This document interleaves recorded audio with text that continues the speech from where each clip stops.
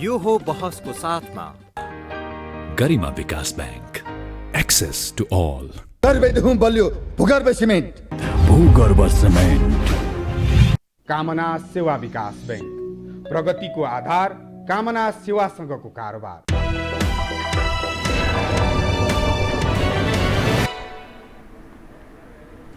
नमस्कार, यो हो बहसमा म यहाँहरूलाई हार्दिक स्वागत गर्दछु।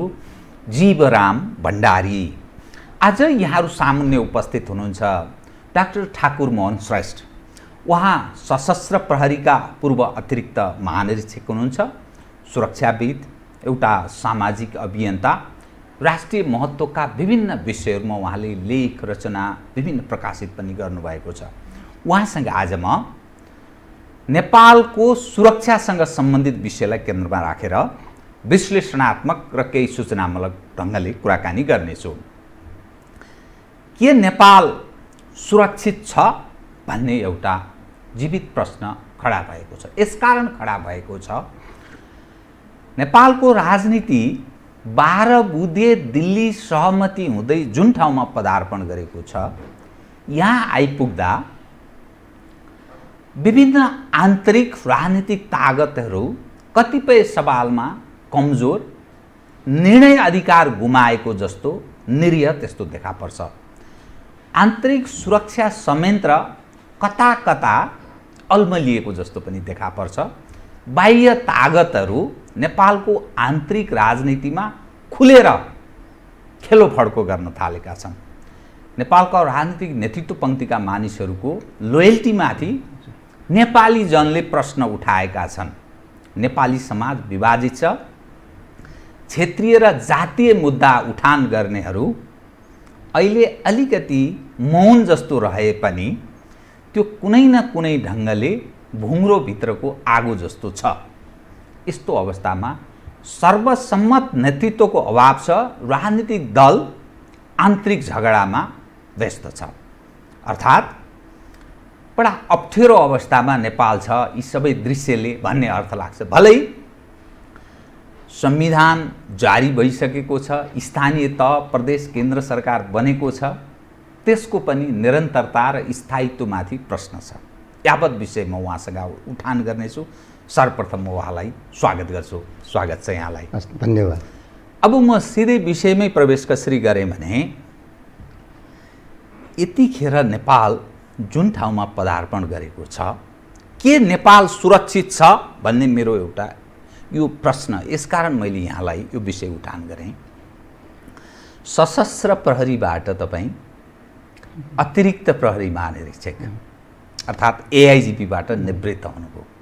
सीमा सुरक्षाको जिम्मेवारी सशस्त्र प्रहरीलाई भनेको छ कि हाम्रो सीमा अतिक्रमण भएको छ। 372 वर्ग किलोमिटर प्लस कालापानी, लिपुलेक, लिम्पियाधुरा क्षेत्रमा भारतीयहरूको कब्जा छ। त्यहाँ मात्रै छैन, सीमाविदहरूका अनुसार सुस्तासहित 71 स्थानमा सीमा अतिक्रमण भएको छ। 600 भन्दा बढी वर्ग किलोमिटर नेपाली क्षेत्र दक्षिण तर्फबाट अतिक्रमणको शिकार छ। हुम्लाको सवाल उपर बिना आधारमा परराष्ट्र मन्त्रीले त्यो त चीनकै हो भनिदिनु भयो। के आधारमा भन्नुभयो? न प्रतिपक्षले त्यो प्रश्न गर्छ, न अरूले प्रश्न गर्छन्। 4 वर्ष अगाडि चिनियाले हुम्लाको त्यो क्षेत्रमा 2वटा भवन बनाएको थियो भन्ने त्यहाँ सूचना आयो। अहिले 9वटा बनेको छ। यसरी विभाजित छ नेपाली समाज र त्यसको चित्त बुझ्दो जवाफ आएको छैन। मैले यहीँबाट सुरु गरेँ। के नेपाल यो दृश्य हेर्दा सुरक्षित छ? यहीँबाट कृपा। एउटा शब्दमा छैन। कसरी? अब आउँछ कृपा। यसलाई छिचोल्दाखेरि यहाँले आफ्नो यो चाहिँ ख्याति प्राप्त सञ्चार माध्यमबाट र यहाँले आजभन्दा 32 वर्ष अगाडिबाट सञ्चारमा विभिन्न विज्ञहरूलाई ल्याएर राष्ट्रका महत्त्वको कुरा, सुरक्षाका, अर्थव्यवस्थाका, समाजका र अथवा उत्थानका र राष्ट्रिय इस्यु, नेसनल इस्यु, इन्टरनेसनल इस्युमा जसरी यहाँहरूले विज्ञहरूलाई, अनुभवीलाई ल्याएर दिनुभएको छ, यहाँले सुरु गर्नुभएको राज्यका हुने 3टा अङ्गको कुरामा सुरक्षा ल्याउनु भएको छ। यसरी जुन सुरक्षालाई मैले पनि सबैले भन्ने गरेका छन्, मैले पनि भन्ने गरेको छु, सुरक्षालाई, राजनीतिलाई र विकासलाई सँगसँगै लानुपर्छ। राजनीति आउँदाखेरि त्यहाँ कूटनीति, परम्परा र ग्राउन्ड रियालिटीको कुरामा जान्छ। जसरी यहाँले चाहिँ सुरक्षाको कुरा गर्दाखेरि मैले एक शब्दमा छैन भनेको छु, यसका पछाडि हजारौँ कारणहरू छन्। राजनीतिक, आर्थिक, आएर चाहिँ कूटनैतिक, प्रशासनिक अथवा फिलोसफिकल रूपमा भन्ने गर्दाखेरि इन्टर्नल सेक्युरिटी र एक्सटर्नल सेक्युरिटीका इस्युज र त्यसको चाहिँ कन्सिक्वेन्सेसहरू छ अथवा पात्र र प्रविधिका कुराहरू छन्। अनि बाह्य चलखेलका यहाँले भूमिका बाँध्दाखेरि आउनुभएको छ भने सुरक्षालाई कृपया म तपाईँको कुरा क्रमशः सुन्छु। मैले प्रारम्भमै धेरै प्रश्नहरू विषयहरू उठान गर्ने, यहाँको म कुरा सुन्छु। असुरक्षित छ भने कहाँ कताबाट छ, कोबाट छ, कृपया। सबैभन्दा पहिला त सुरक्षाको हेर्दाखेरि आफ्नै शरीरलाई, यहाँको शरीरलाई, मेरो आफ्नो मानव शरीरलाई हेर्दाखेरि यो विभिन्न लुक अहिले दौरा सुरुवाल लगाएर आएको छु। बिहान चाहिँ स्पोर्ट्स ड्रेसहरू, सुत्दाखेरिका नाइट ड्रेसहरू हुन्छन् भने यो चिजहरूलाई व्यवस्थापन गर्ने यहाँ सिलसिलामा सबैभन्दाखेरि राज्यको व्यवस्थाबाट जान्छ। यो डिफेन्स सेक्युरिटीको चाहिँ यो कन्टेक्स्ट भनेको त सिङ्गो होल सिस्टमको एउटा सानो चेनमा बस्ने एउटा चाहिँ सानो कम्पोनेन्ट मात्रै हो। तर त्यो सानो कम्पोनेन्टले चाहिँ परिवार, समाज, राष्ट्र, क्षेत्र र विश्वमा अहिले झन् आज आइटीको चाहिँ जमानामा चाहिँ अहिले चाहिँ यो आधुनिक युगमा चाहिँ ग्लोबलाइजेसनको कुरा भएको छ। ग्लोबलाइजेसनमा अनि चाहिँ आएर पोलिटिइजम चाहिँ आउँदाखेरि विभिन्न वादहरू चाहिँ आएका छन्। यो सुरक्षाको दृष्टिकोणलाई नेपालको सन्दर्भमा हेर्दाखेरि नेपाल चाहिँ मैले पटक पटक यहाँसँग नि भनेको थिएँ, नेपाल सानो होइन ठुलो देश हो। केवल के भन्दाखेरि त्यो कम्पेयर गर्दाखेरि ठुला जायन्टहरू उत्तरतर्फको चाहिँ विशाल त्यो त्यहाँ आएर चाहिँ चीन, दक्षिणको विशाल चाहिँ डेमोग्राफीमा, जनसङ्ख्यामा र क्षेत्रफलमा ठुलो भइदिएको कारणले कम्पेयर गर्दाखेरि सानो हो। बुढी औँलालाई कान्छी औँलासँग कम्पेयर गर्दा सानो देखिन्छ। तर नेपाल चाहिँ समग्रमा विश्वमा हेर्ने हो भने इतिहासमा यो एसियामा पहिलो चाहिँ पुरा प्राचीन राष्ट्र, स्वतन्त्र राष्ट्र हो। गौरवपूर्ण इतिहास छ। तर त्यो गौरवपूर्ण इतिहासलाई हामीले काँधमा बोकेर जाँदाखेरि थोरै अब किसिमले हामीले अलिकति नै सोच राखेर गयो भने जान्छ। र मैले चाहिँ अब वार्तालाई भन्नुभन्दा अगाडि मैले एउटा आफूलाई एउटा लिमिटेसनमा राख्न खोज्दछु। त्यो भनेको के भन्दाखेरि राष्ट्रवादको कुरा गर्दाखेरि, राष्ट्रहितको कुरा गर्दाखेरि, मेरो राष्ट्रको चाहिँ नेपालको चाहिँ र नेपालीको चाहिँ हक हित सुरक्षाको कुरा गर्दाखेरि मेरा आवाजहरू, मेरा विचारहरू, मेरा यहाँ विश्लेषणहरू, यहाँले सुन्ने जिज्ञासाहरू कुनै राष्ट्रका विरोध होइन। म त नेपालको नेपाली पक्षधर हो। मलाई जानकारी छ र सबैले जानकारीको हेक्का पनि राख्नुपर्छ कि यो चाहिँ आएर अन्ध राष्ट्रवादको कुरा होइन। र मैले कुरा गर्दाखेरि राष्ट्रवादको जगमा कुरा गर्दा गर्दै पनि मैले आफ्नो एउटा प्राज्ञ चाहिँ म सेक्युरिटीको चाहिँ स्टुडेन्ट र म्यानेजमेन्टको स्टुडेन्ट र चाहिँ आएर चाहिँ मैले चाहिँ विभिन्न इन्ट्रेस्टको आधारमा पनि विभिन्न राष्ट्रिय महत्त्वका र चर्चाका विषयहरूमा आफ्नो चाहिँ कमेन्ट दिने, विचार राख्ने, समस्या मात्र होइन समाधान पनि राख्ने गरेको छु। मैले केही युनिफर्ममा हुँदाखेरि आर्टिकलहरूमा राखेँ। अहिले चाहिँ विगत 6 वर्ष पुरा भएर 7 वर्ष लागेको छ। अहिले म त ब्यारेकबाट सडक र सञ्चार र क्लासमा आइरहेको छु।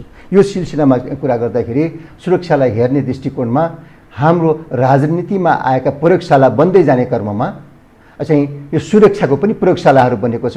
तर हामी चाहिँ यो चाहिँ दैवी शक्ति प्राप्त यो चाहिँ यो जमिनमा यो चाहिँ स्वतन्त्रता बाँचिराखेको छ। नेपाल त बाँचेको छ, अलिकति चाहिँ ह्यामर हानेको छ। कहाँ ह्यामर हानेको छ? सुरक्षाको दृष्टिकोणले सबैभन्दा पहिला जमिनमा विवाद आएको छ।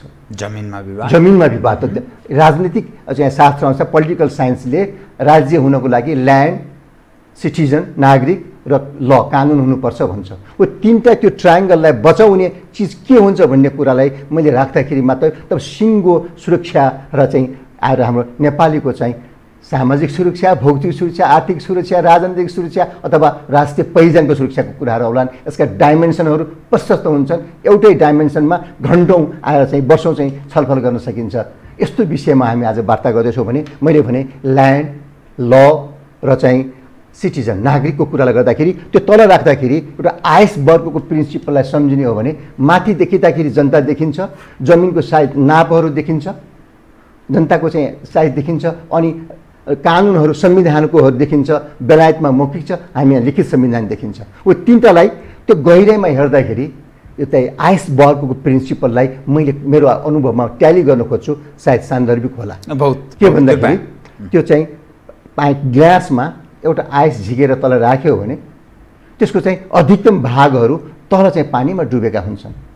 त्यो माथिको तीनटा चाहिँ जमिनलाई जनतालाई र हाम्रो चाहिँ कानुनलाई, राष्ट्रिय कानुन अथवा संविधानलाई, मूल कानुनलाई देखाउनेखेरि जुन माथि देखेको हुन्छ त्यसको गहिराइका जगहरू 3टा पिलरमा हुन्छ नेपालको सन्दर्भमा।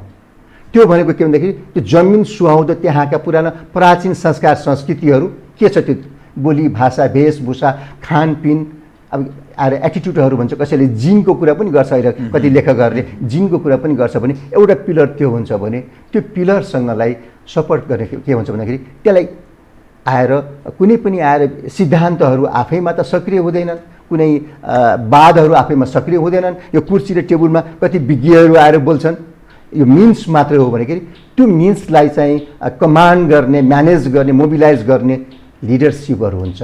त्यो लिडरसिपहरू कुरा गर्दाखेरि नेपालमा संस्कारको पिलर चाहिँ हाम्रो सनातन हिन्दू राज्यको एउटा पिलर छ भने अर्को पिलर भनेको त्यो सनातन हिन्दू राज्यको लिगासीलाई मोबिलाइज गर्ने अथवा हिमाल पहाड तराई अथवा 4 वर्ण 36 जातलाई मिलाएर राख्ने भनेको को भन्दाखेरि नेपालको एकताको चाहिँ पहिलाको पिलर राज संस्थाको पिलर थियो। अहिले चाहिँ गणतन्त्रको नाममा राष्ट्रपतिको पिलरमा आएको छ। यसमा यसलाई छिचल्नु पर्ने हुन्छ आजको वार्तामा। तेस्रो पिलरमा एउटा कल्चरको कुरा गरेँ, यो चाहिँ विश्वमा चाहिँ 30% हाम्रो चाहिँ विश्व मानवको चाहिँ आएर ओमकार समूहको चाहिँ लिगासीको पिलरले त तल धामिराखेको छ। नेपाल हेर्दाखेरि सानो छ तर नेपालका संस्कृति इतिहासहरू, यहाँका सुरक्षा व्यवस्था, यहाँका व्यवहारहरू र जुन किसिमको अवस्थाहरू छ त्यो चाहिँ आएर विश्वको 30% मानवको चाहिँ इतिहाससँग र पहिचानसँग आबद्ध भएको पिलर गहिराइमा कति गएको छ अथवा कहाँ हेमर हानेको छ, त्यसले सुरक्षामा चुनौतीमा कुरा हुन्छ भने अब चाहिँ डेफिनेटली अर्को पिलर भनेको चाहिँ अब के हो भन्दाखेरि यो देशको सुरक्षा व्यवस्था अथवा सेक्युरिटी एन्ड डिफेन्स, आन्तरिक सुरक्षा र बाह्य सुरक्षाको पिलर हो। हामीले चाहिँ डिफेन्सको कुरा गर्दाखेरि इन्टरनल सेक्युरिटी गाँसिएर आइहाल्छ। यसरी अब सञ्चालन गर्दाखेरि माथिल्लो चाहिँ जमिनको रक्षाको कुरा गर्दाखेरि यहाँले भन्नुभयो 70 भन्दा बढी ठाउँमा छ, अझ साना साना ठाउँलाई भन्यो भने 100 भन्दा बढी ठाउँमा हुनुपर्छ। 70 ठाउँ त मेन ठाउँहरू भयो। अब चाहिँ के भन्दाखेरि हाम्रो विज्ञहरू बुद्धिनारायण श्रेष्ठ लगायतका अरूले पनि आएर उत्तर दक्षिणका सीमाहरूको बारेमा बोलिरहनु भएको छ।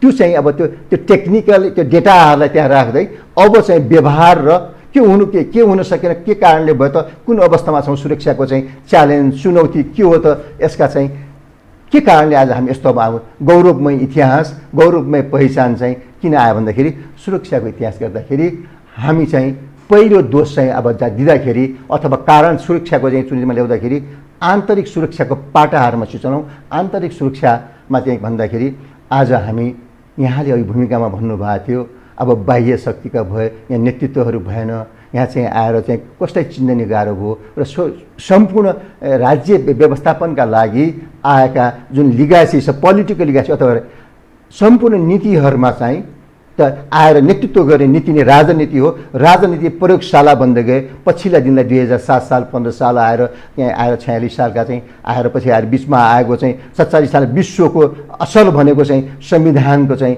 आएर अथवा 63 सालको आएर परिवर्तनले ल्याएका कुरा 12 बजीको कुरा यहाँले गर्नुभएको छ। यस्तै छिचलीपछि मात्रै सुरक्षामा जान्छु र अब चाहिँ सानो सुरक्षाको कुरा गर्दाखेरि तलको 3टा पिलर पनि देखाएँ, माथिको चाहिँ कम देखेको 3टा पिलर चाहिँ आएर हामी अथवा भौतिक जानकारी लिनेखेरि आउँछ।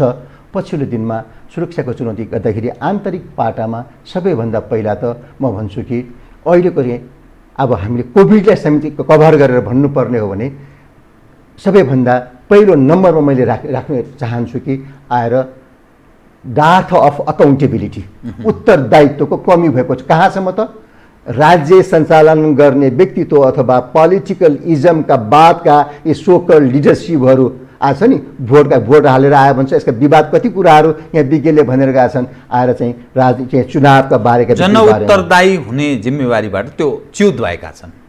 आफ्नो चाहिँ आएर त्यो चाहिँ सम्पूर्णमा चाहिँ आएर राज्यका सबै संयन्त्रहरूमा त्यो धेरै यस्तो आएको छ जसले गर्दाखेरि एसम्यानसिपको लिडरसिपहरू डेभलप भएर कार्यान्वयन आउने एसम्यानसिप माथि आएर चाहिँ दलाल चाहिँ नेतृत्वको चाहिँ एटिट्युडले गर्दाखेरि सुरक्षाको चाहिँ पहिलो चाहिँ आन्तरिक चुनौतीमा त्यहाँबाट आएको छ। त्यसको लागि आन्तरिक हिसाबले पनि खतरा छ सुरक्षामा। सबैभन्दा पहिला त के भन्दाखेरि विश्वको रक्षा र सुरक्षालाई हेर्ने हो भने शीत युद्ध पछि आएका कुरा, अब फर्स्ट त्यहाँ प्रथम विश्वयुद्ध दोस्रो विश्वयुद्धको कुराहरूलाई अनि तातिराख्यौँ अहिले, त्यो इतिहास भइसकेको छ। अहिलेको परिवेशमा हेर्दाखेरि अलि सम्झिनुपर्ने चाहिँ 1989 को शीतयुद्धको अन्त्य अथवा अमेरिकाको दबावले रसियामा चाहिँ सोभियत रसमा चाहिँ दबाव राखेर गोर्बाचेभले चाहिँ आएर चाहिँ अब आफ्नो व्यवस्था परिवर्तन गरेको कुरा छ।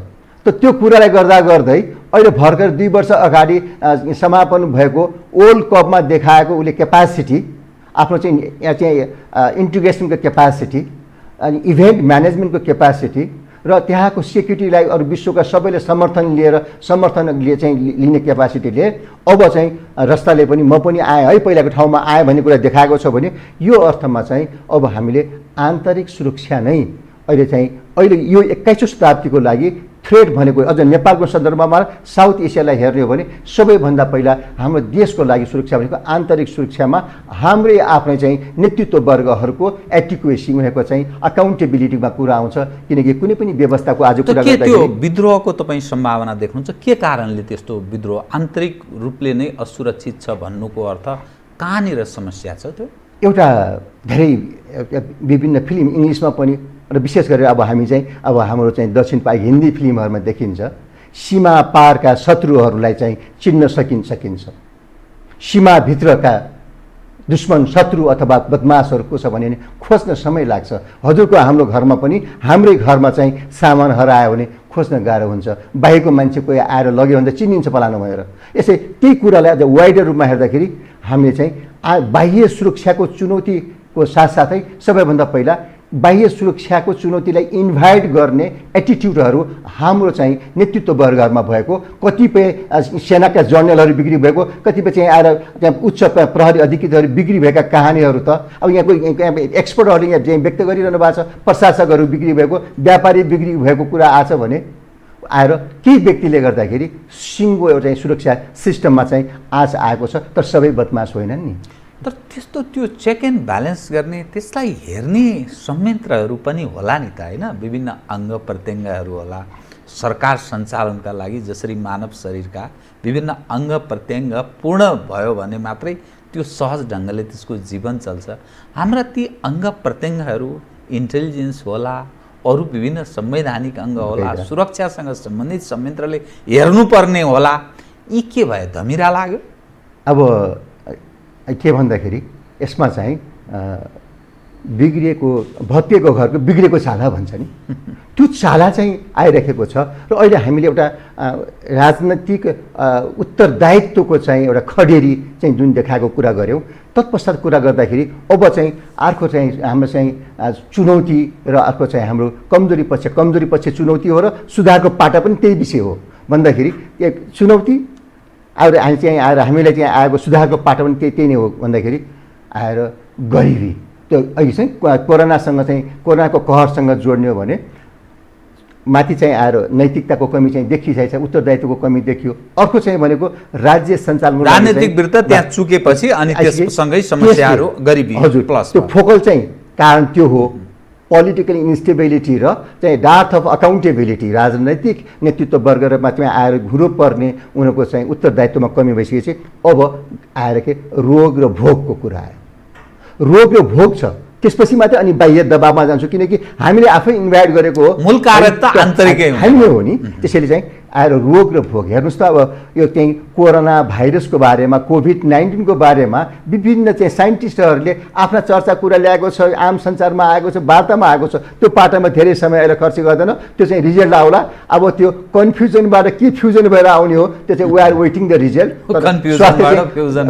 के हुन्छ अब त्यो फ्युजन पछि फेरि कहाँ हुन्छ, त्यसपछि डिबेट हुन्छ अथवा विवाद हुन्छ अथवा मिल्छ अथवा वारमा जान सक्छ। विश्व कन्फ्लिक्ट, नेपालको कन्फ्लिक्टमा होइन, ग्लोबल चाहिँ रूपमा नै अथवा द्वन्द्वमा जान सक्छ। कि यो चाहिँ आएर अहिले चाहिँ अब हामीले आफ्नो नेपालको सर्भाइभलका कुराहरू गर्दाखेरि दृष्टिकोणले हेर्दाखेरि एकातिर आएर डार्थ अफ अकाउन्टेबिलिटी, आएर चाहिँ गरिबी पोभर्टीको कुराहरू गऱ्यौँ, आएर रोग र भोकको पछि आएर यसै सरकारहरूले जिम्मेवारी भएका विभिन्न चाहिँ मन्त्रालय विभागका चाहिँ चेन अफ कमान्डमा रहेका विभिन्न निकायहरूले देखाउनु पर्ने यो चाहिँ दुःखको बेलामा क्षमता देखाएर यो चाहिँ च्यालेन्जलाई अपर्च्युनिटीमा चेन्ज गर्नुपर्ने। जुन च्यालेन्ज हो, च्यालेन्जलाई अपर्च्युनिटीलाई अवसरमा परिणत गर्नु बेला हो। हेर्नुहोस् त, दोस्रो विश्वयुद्धपछि के परिवर्तन आयो? चेन अफ कमान्डमा पनि छैन भन्ने देखा पर्छ होइन, यो तपाईँको भनाइअनुसार? यसमा चाहिँ अब के भन्दाखेरि सुरक्षाको हरेक कम्पोनेन्टमा हाम्रो इस्युबाटको कुराहरू आउँछन्। के भन्दाखेरि यो चाहिँ चेन अफ कमान्डलाई एक्सपेन्सिभको लिडरसिप डेभलप गरिदिने, अनि आएर चाहिँ त्यो डेमोक्रेसीको नाममा जो मेरिटोक्रेसीहरूलाई चाहिँ आएर ओझलमा राखिदिने, अनि आएर चाहिँ नेपोटिजमलाई अगाडि बढाएर आउँदाखेरि यसले गर्दाखेरि के हुन्छ भन्दाखेरि सिङ्गो राजनीतिक व्यवस्था नै आएर फ्रेजाइल भएको बेलामा सुरक्षा आफै हल्लिहाल्छ। यो चाहिँ हामी बसेकोमा यहाँ चाहिँ अब आएर एउटा औँला हल्लिने भिन्नै हो, जिउने हल्लिएपछि त सबै अङ्गहरू हल्लिहाल्छ भने यसरी हल्लाइएको छ। आएर राजनैतिक गद्दारीले गर्दाखेरि आज चाहिँ के आछ त हामीलाई चाहिँ सुरक्षाको ठुलो चुनौती हामीबाट, हाम्रो नेताबाट, हाम्रो व्यवस्थाबाट आएको छ। आज त राजनैतिक गद्दारीले, गद्दारी दलाल नेतृत्व प्रवृत्ति, दलाल नेतृत्व प्रवृत्ति, अब त्यो तपाईँलाई त्यो कहाँबाट आभास भयो? यो अलिकति किनभने यो लाखौँ दर्शकमा गइरहेको छ, किनभने हेरिरहनु भएको छ। त्यो दलाल प्रवृत्ति कहाँबाट आयो, के कारणले आयो? मैले किन यो विषय अलि स्पष्ट अब यसो के भन्दाखेरि अब यसलाई चाहिँ हामीले प्राज्ञको दृष्टिकोणले पनि विभिन्न पिलरबाट हेर्नुपर्छ। हेर्नुहोस्, हामीले ल अर्थबाटै हेरौँ। रेमिटेन्सबाट देश चलेको छ, तलब खुवाउने पैसा छैन भने पछिल्लो पटक चाहिँ विज्ञ भएको चाहिँ एउटा चाहिँ एक्सपर्ट चाहिँ आएर चाहिँ म्यानेजरको रोल खेल्नु भएको, पछि पोलिटिकल लिडरमा चाहिँ रोल पाउनु भएको अर्थमन्त्रीको चाहिँ उहाँको नियुक्तिको प्रक्रिया, उहाँको पदको थप्ने प्रक्रिया र बहिर्गमनको प्रक्रिया र अहिले आएको चाहिँ हाम्रो पछिल्लो उदाहरण चाहिँ अर्थ मन्त्रालयको चाहिँ कोही इस्युको कुरामा आउँछ। अब त हामीलाई त्यो मन्त्रीज्यूले भन्नुभएको छ ढुकुटी रित्तिसक्यो भन्छ।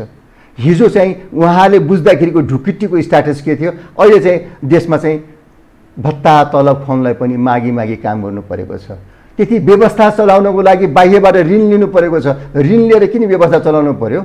अघि त हामी नेपाली जनतामा आछ आर्थिकमा चाहिँ हेर्दाखेरि हाम्रो अर्थतन्त्रहरू एकदम नाजुक अवस्थामा पुगिसकेको छ र चाहिँ अर्थव्यवस्था हाम्रो क्षमता चाहिँ नसाहरूमा रक्त सञ्चालन भएन भने त्यो नसा सुकेर जान्छ। राज्यको नसा सुक्यो भने चाहिँ राज्यको हामी पहिचान मान्छौँ। नेपाल र नेपाली बाँचेन, अर्थतन्त्र भएन, ह्यान्ड टु माउथ चाहिँ प्रब्लमहरू सोल्भ भएन। हाम्रो चाहिँ अब एजुकेसन, हेल्थ, बेसिक निडहरूको चाहिँ सप्लाई लाइनहरू टुट्यो भने सिङ्गो हामी चाहिँ तीनटा पिलरको कुराबाट आज वार्ता भएको छ। नागरिक भएन भने जमिन मात्रै हुन्छ, कहाँको देश बाँकी रहन्छ र? अथवा नेपाल र नेपालीहरूको चाहिँ पहिचान बाँकी रहेन भने हामी नेपाल र नेपाली भएर बाँच्न पाउँदैनौँ। त्यसरी यो इकोनोमिक part अब चाहिँ राजनैतिक दृष्टिकोणले हेर्दाखेरि डेमोक्रेसीको परिभाषाहरू धेरै छ, त्यसमा चाहिँ कन्फ्लिक्ट आएको छ। By the people, for the people, of the people भन्ने पछिल्लो भन्ने गरेको छ। त्यो बाई इज रिप्लेस बाई किङबेजमा गएको छ। फर द पिपुल अब्राहम लिङ्कनले त्योभन्दा उल्टो गयो। यस्तै किसिमले आएर जनताको लागि अफ द पिपुल, जनताको लागि बन्द भएको छ भने अहिले चाहिँ नेपालको विषयमा हामीले हेर्दाखेरि त नेपालको अर्थव्यवस्थालाई, नेपालको राजनीतिलाई हेर्दाखेरि विश्वको अवस्थामा पेलान खाँदा आएर यो चाहिँ नेपालमा चाहिँ मेनेजरको रूपमा चाहिँ हामीले अध्ययन गर्न सकिन्छ। ग्लोबल चाहिँ कन्टेक्स्टमा पनि हामीले अध्ययन गर्न सक्छौँ। यो अध्ययन गर्ने क्रममा आज चाहिँ सरकार पक्षमा रहेको कुन इजम हो, पोलिटिकल इजम कुन हो, हामीले सुन्ने गरेका इजमहरूमा छ। अब पार्टीको सङ्ख्या हेऱ्यो भने पार्टीको च्याउ उम्रियाबाट पार्टी, अभियानहरू पनि त्यस्तै भएर जान्छ भने आज डेमोक्रेटिक ग्रुपमा को हो, कम्युनिस्ट ग्रुपमा को हो, मिक्स मोडेलको चाहिँ ग्रुपमा को भन्दाखेरि प्रश्न उठेको छ। अहिले चाहिँ अमेरिकाको सङ्ख्या हेर्दाखेरि चुनावमा उठ्दाखेरि 2टा राष्ट्रपति मात्रै आउँछ, कहिले 3टा आउला त यसपालि 2टा पनि आइरहेछ अहिले पनि।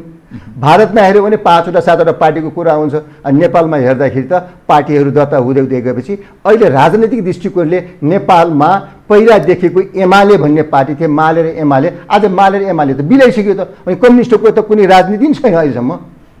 त्यस्तै प्रजातन्त्र आएर चाहिँ प्रजा परिषदबाट सुरु भएको राजनीति आएर अब आज आएर चाहिँ बिपिलेको बाथको कुनै चाहिँ आएर पहिचान पाएको छैन।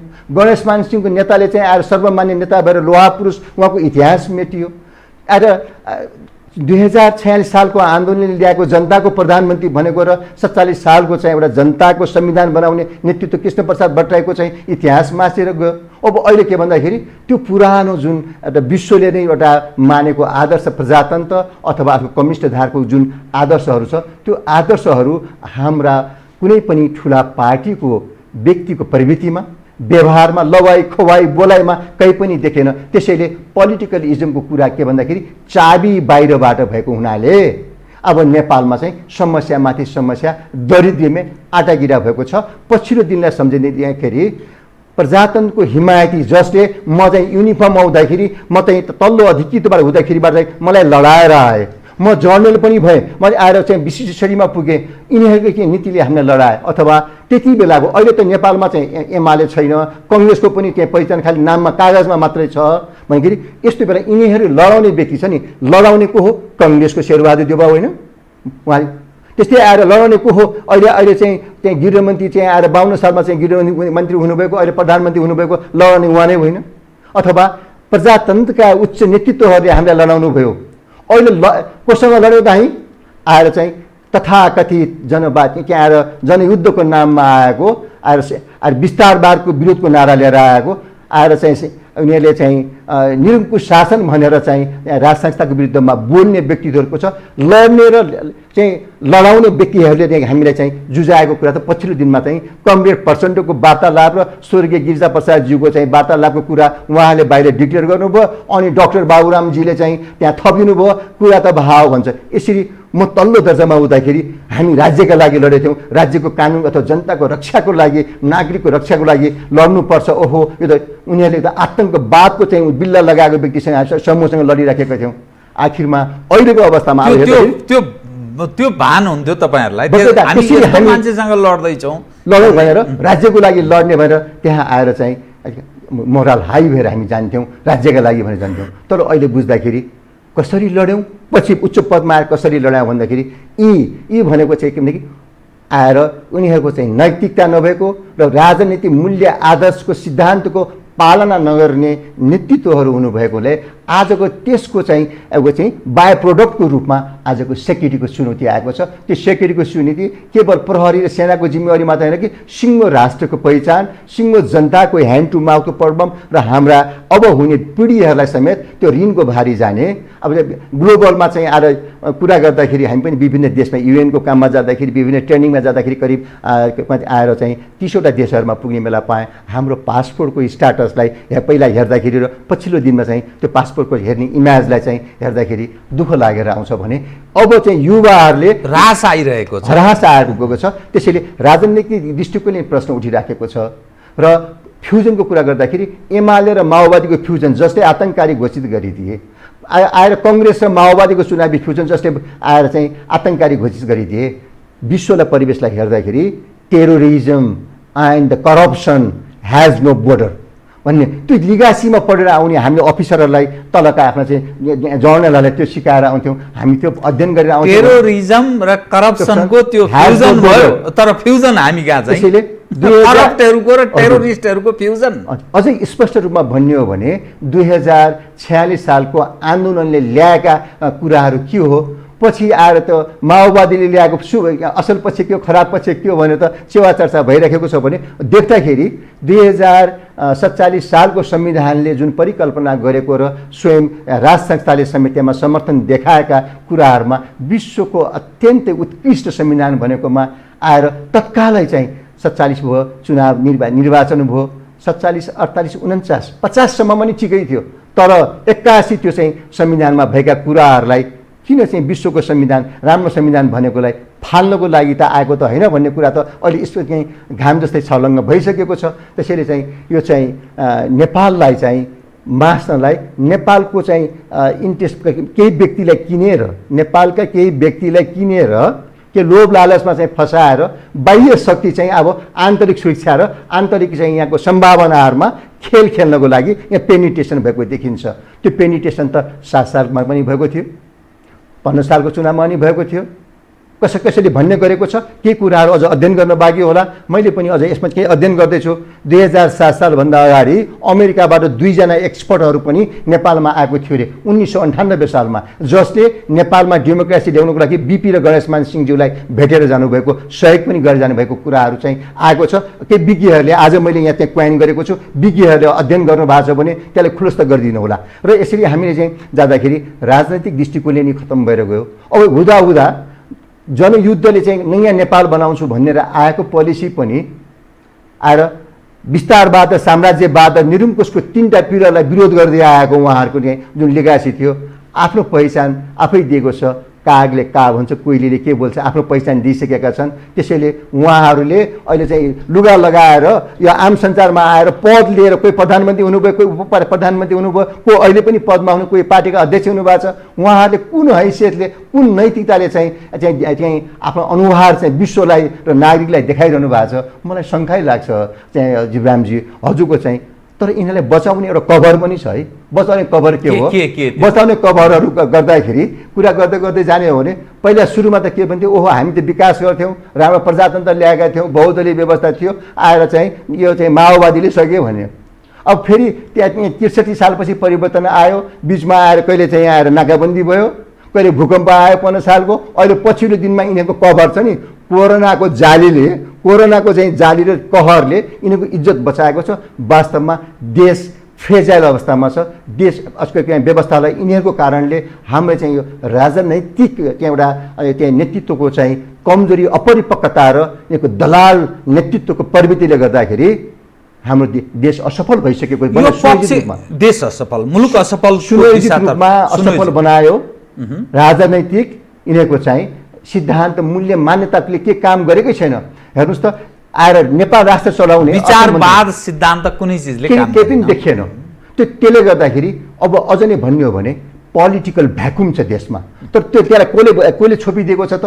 कोरोनाको नामको त्यो जालोले तिनीहरूले आएर मुख यिनीहरूको गर्न त सकिन्थ्यो, तर कोरोनाका कारण समस्या छ, विश्वमै समस्या भएको हुनाले त्यो हामी गानी पर्या हो भन्ने सिलसिलामा नारा दिन अब चाहिँ भीमार्जुन डाक्टर साहबसँग यहाँको चाहिँ कुरा हुँदाखेरि उहाँले प्रत्येक सालको खण्ड लिएर आएर 5 वर्षमा के गरे भन्ने कुरा यहाँ ल्याए हुनाले म त्यसलाई यहाँ रिपिट नगरौँ। त्यस्तै आदित्यमान श्रेष्ठले पनि यहाँको त्यो डायलगमा ल्याउनु भएको थियो, जिनको कुरा पनि ल्याउनु भएको थियो। उहाँले बोल्दाखेरि आएर चाहिँ यो व्यवस्था नै असफल भयो भन्ने कुरा ल्याउनु भएको थियो। विभिन्न चाहिँ त्यहाँ नेतृत्वहरूले, विज्ञहरूले ल्याउनु भएको छ। मैले पनि यसमा चाहिँ के भन्दाखेरि यथार्थ कुरालाई मैले भनौँ न, विश्वका के किताबहरू हामीले पढेका छौँ, त्यो किताबको पढेको उदाहरण दिएर फलाना यो बोल्यो, फलाना यो बोल्यो भन्दाखेरि नेपालमा कसले के बोल्यो, के गरेमा जाउँ भन्ने चाहिँ आज म चाहिँ नितान्त नेपाली पाडाको, नेपालीको राष्ट्रियता र नेपालीको चाहिँ ग्राउन्ड रियालिटीको डाइलेक्टमा लाने कोसिस गरेको छु। त्यसैले सिद्धान्तको रेफरेन्स भन्दा पनि ग्राउन्ड रियालिटीमा चाहिँ जानुपर्छ, वास्तविकतामा जानु चाहिँ राम्रो हुन्छ। कुनै सुधारको तपाईँ सम्भावना पनि देख्नुहुन्छ कि? प्रशस्त छ नि यसमा चाहिँ। कहाँनिर के गर्न सम्भव छ? यहाँले सुधारको पाटा हामी अहिले आइहाल्यौँ। अब हामी चाहिँ सीमाको कुरा गर्नु बाँकी छ, उत्तरको बाँकी चाहिँ यहाँले डाइलेक्ट पनि जाला, मलाई समयमा यहाँले जानकारी गराउनुहुन्छ। सुधारको पाटामै जाने हो भने सबैभन्दा सेल्फ एक्चुलाइजेसन, यो योगको भाषा होइन। पहिला म नेपाली भएर आइसकेपछि त्यता मेरो नेपालको चाहिँ नागरिक भएपछि मेरो अकाउन्टेबिलिटी, अहिले लेखेको 72 सालको असफल भएको संविधानमा पनि नागरिकको कर्तव्य चाहिँ लेखेको छ नि। असफल भयो यो संविधान? असफल मात्रै होइन, यो त के भन्दाखेरि कागजमा हेर्दाखेरि दिनुपर्ने सबै दिएको छ। अमेरिकामा चाहिँ आएर चाहिँ र भारतमा पनि ह्याङ गर्ने चाहिँ झुन्ड्याउने गएको छ, अपराधीलाई झुन्ड्याउने व्यवस्थासम्मको सजाय छ। हामी कहाँ छैन भने त भारतको र चाहिँ चाइना र अमेरिकाको चाहिँ हेर्दाखेरि त सुविधामा त हामी धेरै माथि छौँ, त हामी कागजमा छौँ। तर अहिले पछिल्लो दिनमा जुन किसिमले अहिले यो चाहिँ आएर असोजको 3 गते जुन एउटा सेरोमनी भयो, राष्ट्रिय सेरोमनी भयो टुडिखेलको आसपासमा, सैनिक क्याम्पमा उता भयो, उहाँ चाहिँ सम्माननीय राष्ट्रपतिज्यूले गएर त्यहाँ चाहिँ सहभागी हुनुभयो। त्यहाँ चाहिँ अब प्रधानमन्त्रीज्यूले आफ्नो स्पिचहरू दिनुभयो। त त्यसैको पछाडिपट्टि हेर्नु ओझलमा रत्न पार्कमा भोका नाङ्गा मान्छेहरू बसेर खाना चाहिँ कागजमा खाना चाहिँ मागेर अवस्था थियो। अब हेर्नुहोस् नेपालको अब हजारौँ सङ्ख्या। यसलाई कम्पेयर गर्दाखेरि पनि वेयर वी आर, हाम्रो राजनीति कहाँ छ, विकास कहाँ छ, त्यो पनि हेर्न सकिन्छ। भने अहिले चाहिँ अघिको आन्तरिकको कुराको चाहिँ सुझाव दिनु भन्दाखेरि अनि बाह्य हस्तक्षेपको कुरा आएको छ। एक्सटर्नल कुरा गर्दाखेरि जब हामीले घरको मूल ढोका चाहिँ ओपन गरिसकेपछि त्यसपछिको चाहिँ त सुरक्षा, व्यवस्थापन, विकास, अब चाहिँ आएर चाहिँ मानवता अथवा नेपालको चाहिँ ऐतिहासिक गरिमा भए पहिचानको कुरा चाहिँ तथै आएर ओझेलमा पारिहाल्छ भने एक्सटर्नलको लागि चाहिँ हाम्रै भित्रबाट अथवा नेपाललाई लागि नेपालीलाई लडायो। एकजना पनि विदेशी कोही पनि मरेन 10 वर्षको द्वन्द्वमा। अहिले चाहिँ आएर समस्याको थाती छ।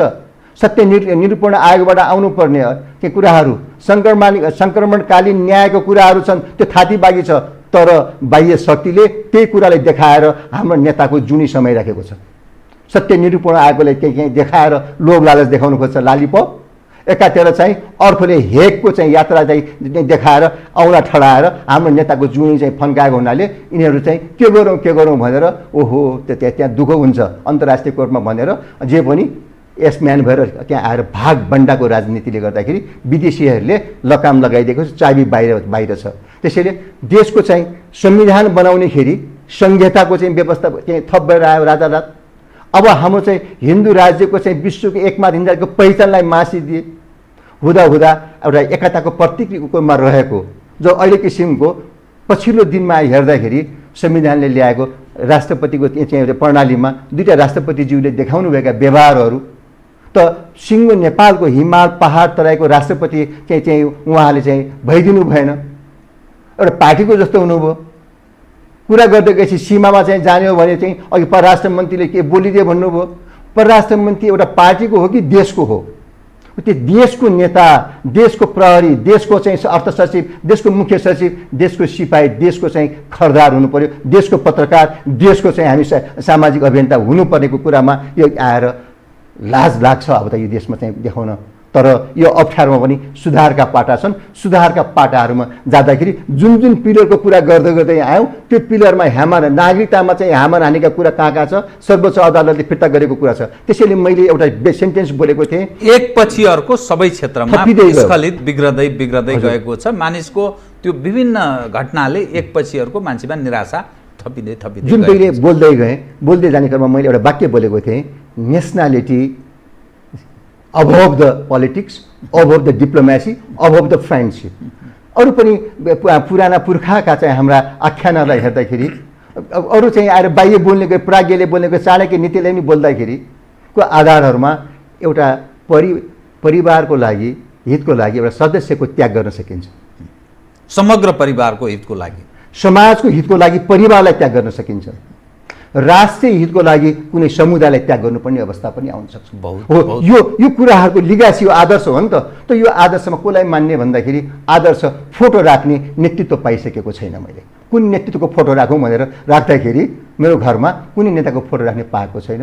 खोज्दै गयो भने महात्मा गान्धीलाई चाहिँ राख्न खोज्छौँ। महात्मा गान्धीले राखेकोमा पनि महात्मा गान्धीको देशबाट चाहिँ हुने र यतापट्टि यिनीहरूले माओ सेतुङको फोटो राख्छन्। कसैले जर्मनमा बेलाको चाहिँ आएर चाहिँ फ्रान्समा चाहिँ हराइसकेको फोटो पछाडि राखेर नेताहरूले फोटो खिच्छन्। म त्यो नेतालाई राखौँ भने पनि मैले चाहिँ अहिलेसम्म निर्णय गर्न सकेको छैन। त्यसैले मैले हिमालकै फोटो राख्छु, तराईको चाहिँ धान बालाजुलेको फोटो राख्ने गरेको छु, एउटा फोटो राख्ने गरेको छु, पृथ्वीनारायण शाहको फोटोलाई पुज्ने र राख्ने चाहिँ गरेको छु। त्यसैबाट गर्दाखेरि अब चाहिँ सबभन्दा पहिलो सुधारको मौकाहरू गर्ने क्रममा सबैभन्दा पहिला त हाम्रो नेपाल कहाँ छ, के कारणले भन्दा जीवित आदर्श पुरुष तपाईँले अहिले देख्नु भएन नेपालमा। यहाँ हुन सक्नुहुन्छ, जनताले विश्वास हामी पनि हुन सक्छौँ, तर अहिलेसम्म त्यस्तो देखिएन। भ्याकुम क्रिएट भएछ, पुरा भ्याकुम क्रिएट भएको छ। पोलिटिकल भ्याकुम मात्र होइन, अहिले चाहिँ आएर लिडरसिपमा हुनुपर्ने चाहिँ देख्दाखेरि के कुरा देखिन्छ। माधव कुमार नेपालज्यूलाई राम्रो भन्ने आएको कम्युनिस्टबाट कोही मान्छे त आज मदन भण्डारी मारेर गयो, उहाँको पनि इस्युमा आयो। कोही चाहिँ महाकाली इस्युमा आए, कोही कोशी इस्युमा आए, कोही आएर वाइट बडीमा आए, कोही सानो प्रमोसनमा आए, कोही आएर चाहिँ आएर हारेर पनि अगाडि चाहिँ आएर पद लिनेमा आए, अथवा कोही चाहिँ आएर संविधान बन्दाखेरि आएर चाहिँ संहिता चाहिँ गणतन्त्र ल्याउने कुरामा, कोही आएर चाहिँ बसे चाहिँ आएर राज संस्थालाई चाहिँ हटाएर बहिर्गमन गर्नेमा, कोहीको नाम मुछिन आए दरबार काण्डमा, कोहीको नाम मुछिन आएको छ आएर विभिन्न किसिमको आएर कोरोनाको कहरमा आएर खरिद भएको सामानमा चाहिँ आयो, अथवा भ्रष्टाचार 2047 सालपछि आएको भ्रष्टाचारको चाहिँ आएर बढेको कारण 2047 सालपछि हो भने 52 सालबाट चाहिँ 63 सालसम्मको द्वन्द्वमा त त्यो त नवधन्नाडीहरू बने। कोही चाहिँ आएर मोटरसाइकल चढ्ने मान्छे अझै आएर ठुला प्लेनका व्यापार गर्ने पनि भए, हेलिकप्टरका व्यापार गर्ने पनि भएको छ। नयाँ धनाढ्यहरू चाहिँ बनेका छन्, पुराना धनाढ्यहरू बिलाएर गएका छन् है।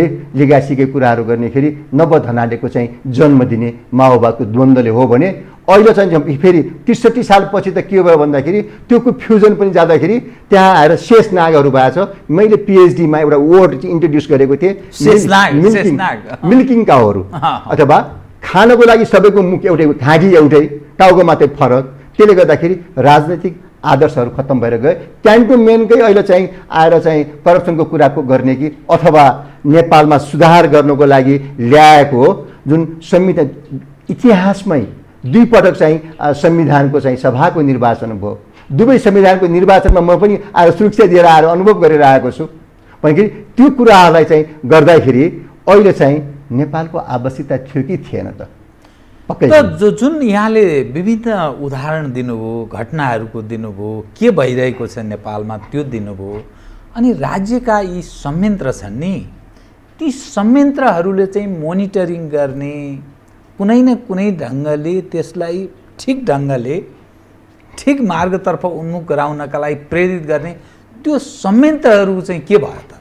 यसमा के 2007 साललाई सम्झिनु पर्ने हुन्छ। 2007 सालमा जब क्रान्ति भएर आइसकेपछि आएर यहाँको प्रशासन, राजनीति र त्यो मिनिस्ट्रीले चाहिँ अथवा मन्त्री परिषदको चाहिँ सिस्टम सिकाउनको लागि चाहिँ भारतबाट सहसचिवको नेतृत्वमा 14 जना डिआइजी समेत यहाँ आएका थिए। उनीहरूले नै यहाँको प्रशासन, मन्त्री परिषदको सिस्टम सिकाएर गयो।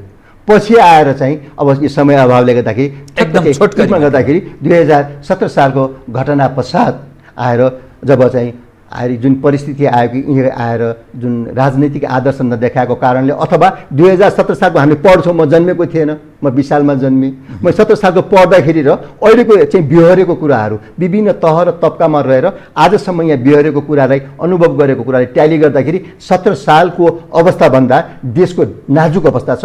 त्यसैले चाहिँ अब चाहिँ विकल्प भनेको के हो भन्दाखेरि यहाँले सिधै जम गरेर चाहिँ भन्दाखेरि विकल्प भनेको के भन्दाखेरि राजनीतिक व्यवस्थाको लाभमा वैकल्पिक राजनीतिक शक्ति हो। वैकल्पिक राजनीतिक शक्ति अब कसरी आउँछ, को हुन्छ, के हुन्छ भन्ने पाटामा सामान्य मोडालिटीको कुरा गर्दाखेरि आएर यथास्थितिमा चल्दैन। वैकल्पिक राजनीतिक शक्ति निर्माण भयो भने त्यसले एउटा जनको आकर्षण पैदा गर्न सक्छ भन्ने हैन आशा छ। त्यो कसरी सम्भव हुन्छ बताइदिनु? त्यो कसरी सम्भव भन्दाखेरि अब हामीले चारवटा पाटालाई हेरौँ। यदि सामान्य अवस्थामा जान्थ्यो यो व्यवस्था र राजनीति र हाम्रो चाहिँ अहिलेको परिस्थिति भने सबभन्दा राम्रो निर्वाचनबाटै हो।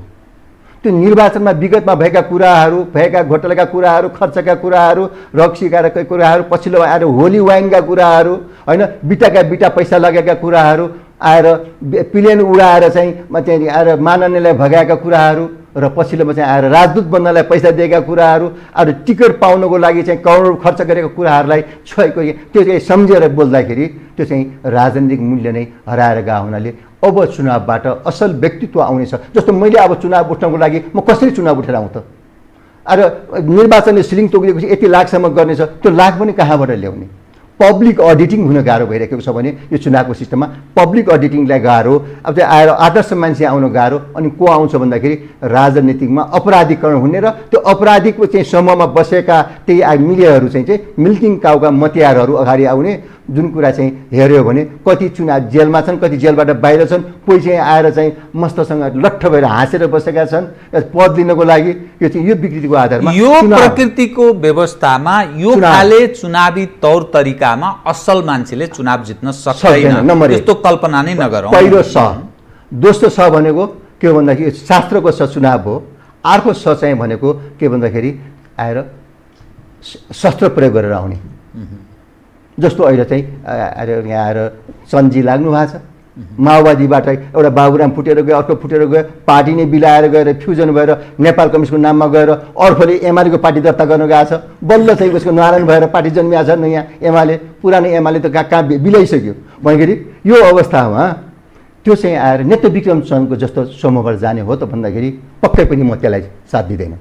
कुन अर्थमा भन्दाखेरि आएर सशस्त्र द्वन्द्वको नाममा हाम्रो देशको चाहिँ 52 साल फागुन 1 गतेबाट भएको सुरुको चाहिँ जुन छ नि चाबी बाहिरबाट झारखण्डमा चाहिँ भारतले झारखण्डको माओवादीलाई आतङ्ककारी घोषित गरेको छ र बुलेट आएर गोली दागिराखेको छ।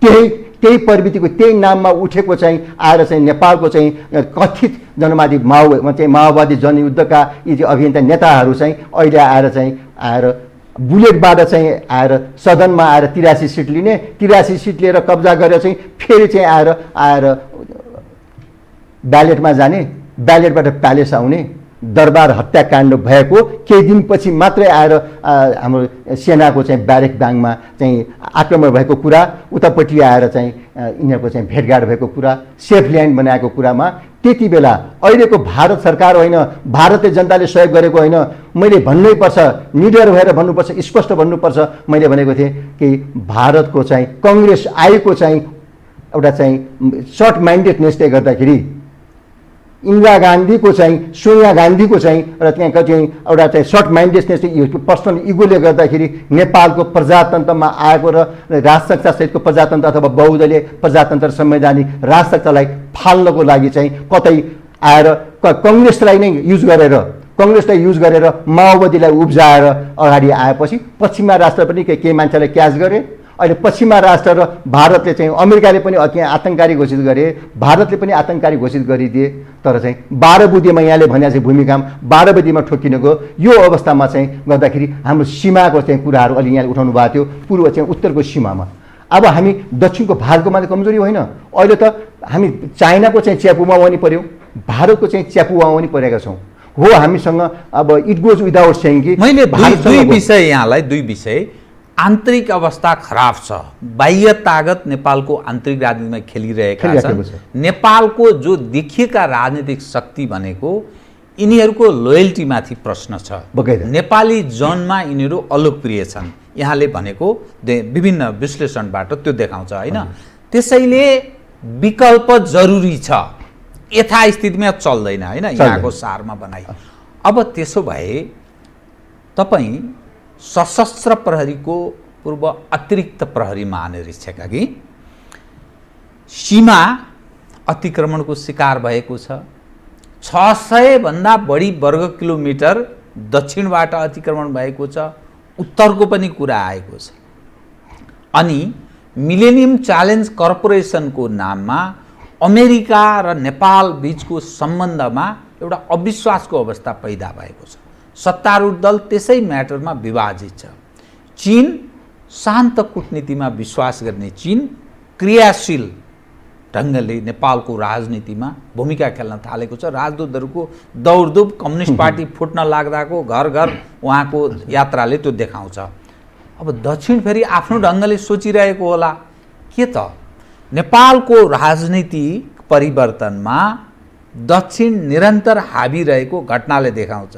7 साल, 46 साल, 62-63 साल उसको प्रत्यक्ष उपस्थिति। अब अहिले 77 पनि चुच्चे नक्साको सवाल सहित के त यो समग्र जो तस्बिर देखा पर्छ यसले ल्याउने यसले के हो? मैले दिएँ। अब मैले आफ्नो विचार चाहिँ एकदम छोटकरीमा समय धेर भयो। हाम्रो चाहिँ कहाँ कहाँ सीमा विवाद छ भन्ने कुराहरू विभिन्न किसिमका चाहिँ दस्तावेज लिएर वार्ता लिएर हाम्रो पछिल्ला दिनको अवस्थाले बताइसकेको छ। चुच्चे नक्सा आयो, चुच्चे नक्सा आउँदाखेरि हामी ओहो हिमाल पहाड तराईको मिल्यो। चुच्चे नक्सा आयो, त्यो हाम्रो जमिन हो, कागजमा आयो। कतिपयले भन्ने गरेको छ उसी विशाल नेपालको इतिहास त मेट्यो त यो सरकारले भन्ने कुरा आएको छ। होइन, यो सरकारले चाहिँ केही नगरे पनि यो चाहिँ प्रधानमन्त्रीज्यूले चाहिँ अहिले चुच्चे नक्सा चाहिँ जारी गर्यो भने त्यहाँसम्ममा मेरो समर्थन छ। यसलाई राष्ट्रियताको कुरामा मैले नकार्न मिलेन। तर अब प्रश्न उठ्यो यो चुच्चे नक्सा आएको कति महिना भइसक्यो, किन चाहिँ आएर चाहिँ त्यो चाहिँ भोगचलनको कुरा ल्याउँदैन? यो भोगचलन कहिले आउने हो, यसको जिम्मेवारी कसले लिने हो? त्यस्तै गरेर हुँदाहुँदै पछि आएर पछिल्लो दिनमा चाहिँ जुन चर्चामा आए, बजारमा चर्चामा आए, यो चाहिँ किताब चाहिँ एउटा छ नि हाम्रो युवाहरूलाई, सानो बच्चाहरूलाई, नानीहरूलाई राष्ट्रियताको बारेमा पढाउने, भेल्यु एजुकेसनको कुरा पढाउने, त्यहाँ आएर राष्ट्रिय स्तरका व्यक्तित्वको बारेमा पढाउनु पर्ने हुन्छ भने राष्ट्रिय महत्त्वका कुराहरू त्यसमा चाहिँ अहिले चाहिँ पछिल्लो दिनमा त फेरि अहिलेकै सरकारले, अहिलेकै प्रधानमन्त्रीज्यूले रोक्यो भन्ने पनि कुरा आयो। यसको जवाब कसले दिने, यसको उत्तरदायित्व कसले लिने? त्यस्तै गरेर हामीले अलिक दक्षिणको कुरा पनि गऱ्यौँ, माओवादीको कुरा पनि गऱ्यौँ। शिक्षा मन्त्रालयले पुस्तक तयार पार्यो, त्यो सार्वजनिक रूपमा लैजाने तयारी भयो। क्याबिनेटमा प्रधानमन्त्रीले हस्तक्षेप गर्नुभयो, यो पुस्तक अहिले नलैजाउँ। यो प्रसङ्गले र अनि 2032 सालमा विज्ञले भन्नुहुन्छ यो नक्सा त पहिल्यै तयार भइसकेको थियो। 32 सालपछि आएर चाहिँ विभिन्न किसिमका चाहिँ राजनैतिक समस्याहरू आए। अनि 36-37 सालको अवस्थाहरू आयो, 42 सालको बम काण्ड आयो, 46 सालमा त आएर राज संस्थालाई चाहिँ आएर संवैधानिक स्तरमा ल्याएर राखिसक्यो। त्यसपछि त आएको यी चाहिँ जुन संस्थाहरू आए 31-32 वर्ष त पछिल्ला नेतृत्व यो त्यहाँ आएर बादलले चलाएको हो भने 30 वर्ष कहाँ लुगाएर राखेको नक्सा र त्यसमा चाहिँ सचिव को थियो, त्यहाँको चाहिँ शाखा अधिकृत को थियो, त्यहाँको खरदार को थियो अथवा त्यहाँको प्राविधिक को थियो, कसैले आजसम्म कारबाही भएको छ त? केही सचिवहरूले आफ्नो चाहिँ सरकारको पक्षमा बोलिरहनु भएको छ, केही पक्षले चाहिँ होइन लुकायो भन्ने कुरा बोलिरहनु भएको छ भने सबैभन्दा पहिला त यो सरकारले सूची नक्सा ल्यायो, कारबाही पनि यसलाई गर्यो भन्ने हुन्थ्यो, त्यो देखिएन। त्यो रिवार्ड एन्ड पनिसमेन्टको म्यानेजमेन्टको स्किम पनि देखिएन भने पछिल्लो दिनमा कूटनैतिक दृष्टिकोणले पनि आएर जुन एउटा अब यहाँ आएर राजनीतिलाई आधारमा टुल्सको रूपमा कूटनीति पनि एउटा टुल्स हो भने कि साधन हो, साध्य होइन कि यो टुल्सको राजनीतिको टुल्स हो। यो टुल्सलाई सही ढङ्गले प्रयोग नगरेको र राज्य असफल भएको, चुनौती बढेकोमा कूटनैतिक डिप्लोमेटिक फेलियर पनि हो। जुन आएर पृथ्वीनारायण शाहका जुन शब्दहरू छ नि, उत्तरको चाहिँ आयरसँग चाहिँ आएर घा गर्नु, दक्षिणको चाहिँ आएर समुद्रको चाहिँ बादशाह छ घा गर्नु, तर त्यो चतुर छ भनेको छ। त्यो चतुर भनेको अहिले भारतको सरकार मोदीलाई होइन, सम्माननीय मोदीलाई होइन, भारतीय जनतालाई अहिले भनेको होइन। कसलाई भन्यो भन्दाखेरि इस्ट इन्डिया कम्पनीको चाहिँ प्रशासनको भारतलाई हो। त्यो भारतलाई चाहिँ हामीले चाहिँ आएर घा नगर्नु भनेको छ भन्दाखेरि अहिलेको त्यहाँको जनताले, त्यहाँको चाहिँ नेताहरूले, त्यहाँको चाहिँ सामाजिक अभियन्ताले बुझिदिनु भएन। त्यो परिवर्तनको लागि कुरा गर्दाखेरि पृथ्वीनारायण शाहले 200 वर्ष अगाडि चाहिँ भनिबक्सेका जुन चाहिँ एउटा दिव्य उपदेश छ, आजको दिनमा पनि अक्षर स कमासहित लागू हुन्छ। फरक त्यति हो, त्यति बेलाको पुरानो भाषा छ, प्रारम्भिक भाषा छ भने अहिले अलिकति केन्द्रीय शब्द नेपाली शब्दमा हामीले बुझ्नुपर्ने हुन्छ। यो किसिमले पनि त्यहाँ चुक्यो भने अहिले पछिल्लो दिनमा यहाँले भन्नुभयो उत्तरतर्फको चाहिँ हुम्लाको कुरा गर्नुभयो। त्यहाँ आएर त्यहाँ आएर चाहिँ चाइनाको चाहिँ जमिनमा जुन आएर 9वटा भवन बनेको छ, योभन्दा पहिला 3टा छ भने यहाँले भूमिकामा भन्नुभएको 2टा थियो पहिले। अहिले चाहिँ गुगल म्यापबाट स्पष्ट आइहाल्छ। हाम्रो क्षमता भन्दा भारतको स्पेसको क्षमता बढी छ, चाइनाको स्पेसको क्षमता बढी छ। कहाँ के भएको छ फोकस गरेर देखाउन सकिन्छ।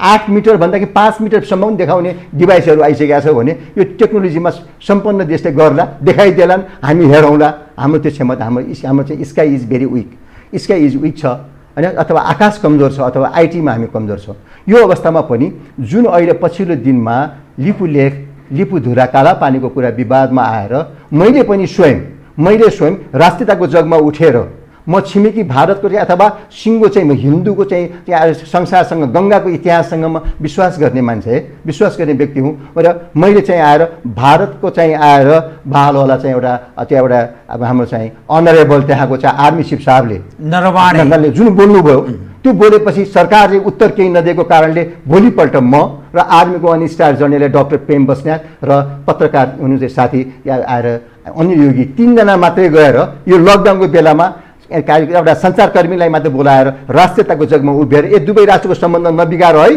भनेर त्यहाँ लेखेको शब्द थियो। त्यो म भारतको विरुद्धमा थिएन, म चाहिँ चाइनाको सपोर्टमा थिएन, म त यथार्थमा राष्ट्रियताको सही कुरालाई औचित्यपूर्ण कुरामा आएको थिएँ। त्यसैले राष्ट्रवादको र नेपालीको हक हितको कुरा गर्नु भारतको विरोध होइन, चाइनाको समर्थन होइन। आज म अघि भारतको कुरा पनि गरेँ, जुन चाहिँ मैले माओवादीको विषयमा लिएर आएर सेफ हेभेन त्यहाँ बन्यो, यो लेसन गर्ने बेला हो, मोदी सरकारले लेसन गर्ने बेला हो, भारतका विज्ञले लेसन गर्ने बेला हो। जबकि भर्खरै 1 महिना अगाडि स्वर्गीय भएको चाहिँ सम्माननीय राष्ट्रपतिज्यूले पनि भनिसक्नु भएको छ यी कुराहरू। आएर चाहिँ जेनरल बक्सीले भन्नुभएको छ, विभिन्न चाहिँ आएर त्यो विज्ञहरूले किताबमा लेख्नु भएको छ र आएर यिनीहरूलाई त भत्ता दिएर पालेको बोकेको कुकुर जसरी राखेको कुरा त उहाँले बोलिरहनु भएको छ भने यो अवस्थामा उत्तरतर्फको सीमालाई हेर्ने हो भने उत्तरको विवादमा कूटनीतिमा छुनुपर्ने हुन्छ। हामीले कूटनीतिमा त्यहाँ राजदूतज्यूले अस्ति बीबीसीमा के बोल्नु भएको छ, महेन्द्र पाण्डेले लेटेस्ट जसमा भारतमा तीव्र असन्तुष्टि छाएको त त्यहाँको त्यो परिमा मैले पनि सुने, हेरेँ। त्यहाँ गर्दाखेरि उहाँले त आफ्नो प्रायोरिटीमा गर्नुपर्ने डिप्लोमेटिक एउटा चाहिँ आछ नि, डिप्लोमेटिकको चाहिँ फिलोसफीको कुराहरू नगरेर के भन्दाखेरि डिप्लोमेटिकको चाहिँ आचरण र मर्यादालाई हेर्दाखेरि उहाँको स्ट्याटस भनेको त कहीँ यात्रामा लास्टमा बोर्डिङ हुने, कहीँ आएर पास थ्रु हुँदाखेरि पहिला पास थ्रु हुने हो नि, इम्बार्केसनमा चाहिँ फर्स्ट होइन, आएर बोर्डिङमा चाहिँ लास्टमा जाने त्यो अहोदाको मान्छेले, परराष्ट्र मन्त्री भइसकेको मान्छेले के बोलेको कुरालाई पनि मैले अघि भारतका कमजोरीको कुरा गरेँ, भारतको पनि विशेष गरी कङ्ग्रेस आएको कमजोरीको कुरा गरेँ, जसकोले गर्दाखेरि आज भारतमा नि कङ्ग्रेस चाहिँ खत्तम भएर गएको छ, राष्ट्रवाद अगाडि आएको छ, अमेरिकामा राष्ट्रवाद अगाडि आएको छ, रसियामा आएको छ, श्रीलङ्कामा आएको छ, चाइनामा राष्ट्रवाद आएको छ भने नेपालमा मात्रै राष्ट्रवाद पछि गएको छ। त्यो पनि पात र प्रविधि चुकेको हुनाले हो, नभए राष्ट्रवाद त यो चुनावमै अगाडि गइसक्थ्यो। यो कुरालाई मैले यहाँ थाती राखेर अब परराष्ट्रको कुरा गर्दाखेरि त्यहाँ आएर आज नेपाल सरकारले कुन प्रकारको डिप्लोमेसी चाहिँ शैली अपनाएको हो, अझै यसमा चाहिँ प्रश्न उठिराखेको छ। पृथ्वीनारायण शाहबाट चाहिँ आबद्ध भएको शैली ल्याएको अथवा ट्रेडिसनल रूपमा गएको हो कि अथवा मर्डन रूपमा गएको हो भने अहिले यहाँ हामीले परराष्ट्र मन्त्रालयको चाहिँ त्यहाँ आएर www.gov गरेर आएर चाहिँ हामीले चाहिँ त्यहाँ आएर फोरेन मिनिस्ट्रीको चाहिँ हेऱ्यो भने 7 प्रकारको उहाँले चाहिँ हाम्रो फोरेन पोलिसीको पोइन्ट 1 to 7 नम्बरमा अङ्ग्रेजीमा राखेको छ। त्यो चाहिँ आएर त्यो 7वटा कुराको आधार भनेको मैले बुझेको त के छ, पञ्चशीलको चाहिँ सिद्धान्त हो, त्यसलाई ब्रेक गरेर राखेको छ। UN मेम्बर भएका हुनाले चाहिँ ग्लोबल पिसको कुरा त्यहाँ थप्ने मात्रै हो भने हाम्रो त्योभन्दा पञ्चशीलभन्दा नि माथिको कुराहरू गऱ्यो भने वसुधैव कुटुम्बकमको हाम्रो सम्बन्ध छ। त्यो सम्बन्ध गर्दाखेरि चाइनामा रहेको मानसरोवरसँग हामी आबद्ध रहन्छौँ, त्यहाँ रहेको चाहिँ बुद्धिस्टसँग हामी आबद्ध रहन्छौँ, विश्वको चाहिँ ओमकार गुरुसँग आबद्ध रहन्छौँ भने पक्कै पनि हाम्रो सामाजिक धार्मिक र हाम्रो चाहिँ गङ्गाको इतिहास सामाजिक बिहावादीको चाहिँ र व्यापारको दृष्टिकोणले त सबैभन्दा नजिक भएको त हाम्रो भारत हो नि। भारतमा चाहिँ इट गोज विदाउट सेइङ त भारतले पनि सहयोग पनि गरिरहेको छ। उतापट्टि आएर चाहिँ अहिले चाहिँ के कुरा उठाइदियो त, जुन एम्बेसडर हो उहाँ भारतको एम्बेसडर होइन, उहाँ चाहिँ के भन्छ चाइनाको एम्बेसडर हो, उहाँ चाहिँ परराष्ट्र मन्त्री होइन। परराष्ट्र मन्त्री भएको भए उहाँले इन्टरनेसनल रिलेसनको चाहिँ हैसियतले बोल्नु पर्थ्यो। उहाँ चाहिँ जस्ट डिप्लोम्याट हो। डिप्लोम्याट एउटा टुल्स हो भने इन्टरनेसनल रिलेसन भनेको ठुलो बिग ग्राउन्ड हो। उहाँले चाहिँ परराष्ट्र मन्त्रीको हैसियतमा बोलिदिनु भएको जस्तो लाग्यो मलाई। उहाँले आफ्नो चाहिँ हैसियतभन्दा बढी बोल्नु भएको जस्तो लाग्यो। उहाँले बोल्ने कुराहरू अरू थियो, मैले आशा राखेको उहाँले बोल्नु पर्थ्यो के भन्दाखेरि उत्तरमा भएको त्यो नक्साको बारेमा बरु बोलिदिएको भए राम्रो सम्बन्ध जान्थ्यो, ताकि जिम्मेवारी पनि हो उहाँको। त्यो धेरै विज्ञहरूको किताबहरूमा पनि एउटा कूटनीतिमा डिप्लोमेसीमा टाइम फ्याक्टरको चाहिँ ठुलो इम्पोर्टेन्ट हुन्छ, सन्दर्भको चाहिँ ठुलो कुरा हुन्छ र त्यो सम्बन्धित व्यक्तिले बोलेको कुराको ठुलो महत्त्व हुन्छ। सम्बन्धित व्यक्तिमा त उहाँ त नेपाल र चाइनाको चाहिँ सम्बन्धको लागि उहाँले त्यो म्यानेज गर्नलाई जिम्मेवारी पाएको व्यक्तित्वले अहिले सन्दर्भलाई हेर्दाखेरि साउथ एसियामा हेर्दाखेरि भारत र जुन चीन बिचको सम्बन्ध जुन पहिला सम्माननीय सी जिङपिङ र सम्माननीय मोदीजीको चाहिँ जो पहिलाको 2 वर्ष अगाडिको मिटिङमा 2+1 को डिप्लोमेसी सुरु भएको थियो। 2+1 को डिप्लोमेसी त त्यो ब्रेक भइसक्यो। अहिले त्यहाँ आएर चाहिँ विभिन्न घटनामा चाहिँ आएर चाहिँ खालि कुमको हानाहानको युद्ध मात्र होइन, अहिले आएर चाहिँ 20 जना चाहिँ भारतीय सेनाका अधिकृत जवानहरूको चाहिँ त्यहाँ आएर उहाँहरू सदागत उहाँले चाहिँ मारिएका छन्।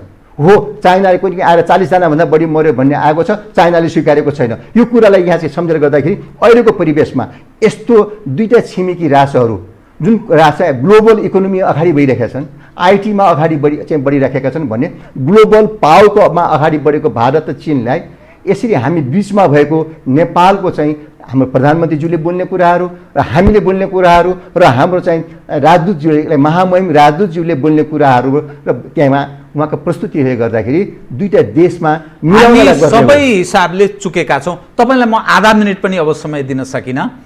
जुन अवस्थामा हामी प्रवेश गरेका छौँ यसले ल्याउने परिणाम के बताइदिनुहोस् त, आधा मिनट मात्र कृपया, मसँग समय भयो। यसको परिणाम भनेको के भन्थे, राज्य असफल भयो भने यो चाहिँ विश्वको चाहिँ साउथ एसिया विश्वको चाहिँ फोकस भएर गएको छ। आएर भारतलाई साथ लिएर नेपालको टाउकामा टेकेर अन्य शक्तिहरूलाई छेदन गर्ने नीति हो। त्यसैले नेपालको चाहिँ हामी स्वतन्त्र भएर बस्नुपर्छ। हेर्नुहोस् त अहिले त्यहाँ तातो पानी खुलेको छैन, के स्वतन्त्र भएर बस्नुपर्छ त्यो सिद्धान्त हो। के समस्या के कसरी? अब अघि यहाँले एमसिसीको कुरा गरेँ, मैले चाहिँ यहाँले आधा मिनट भन्नुभयो।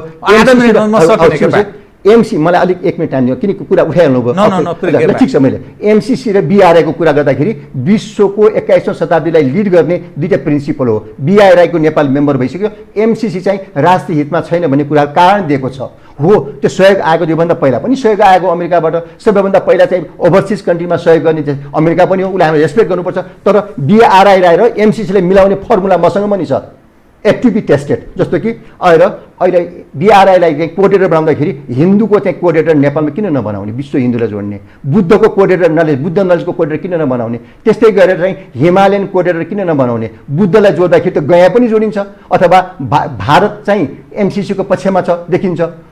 खुल्लम बोलेको देखिँदैन। यदि त्यो एमसिसीलाई राष्ट्रको हितमा ल्याएर अथवा संविधानको कानुनभन्दा माथि प्रावधानभन्दा माथि राख्यो भने राष्ट्रिय हितमा हुन्न। त त्यो विकासको चाहिँ टेस्ट स्वाद लिनको लागि कूटनीति असफल भएको छ योमा।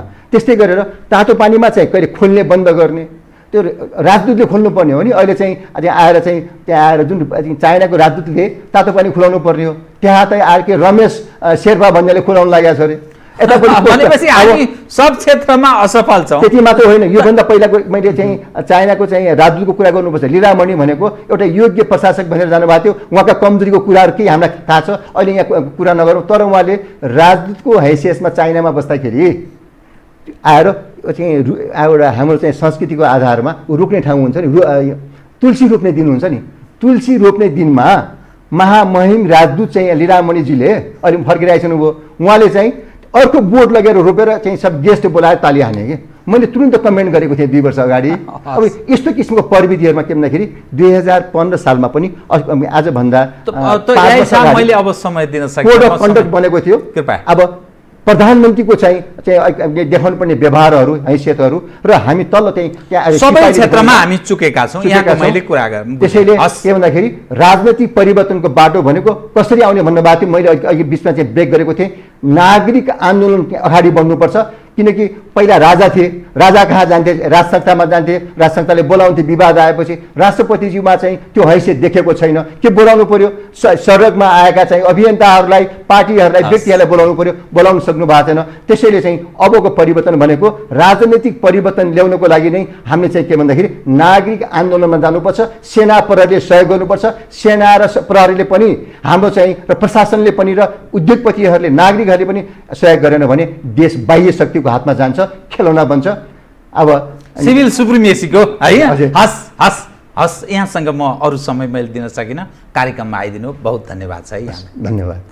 आदरणीय दर्शकवृन्द, उहाँ हुनुहुन्थ्यो डाक्टर ठाकुर मोहन श्रेष्ठ, पूर्व अतिरिक्त प्रहरी महानिरीक्षक सशस्त्र प्रहरी। समसामयिक विषयलाई केन्द्रमा राखेर गरिएको कुराकानी। म सहित मेरो सम्पूर्ण युनिटलाई कार्यक्रमबाट बिदा दिनुहोस्, तर यो हो टेलिभिजन हेर्दै रहनुहोला। नमस्कार।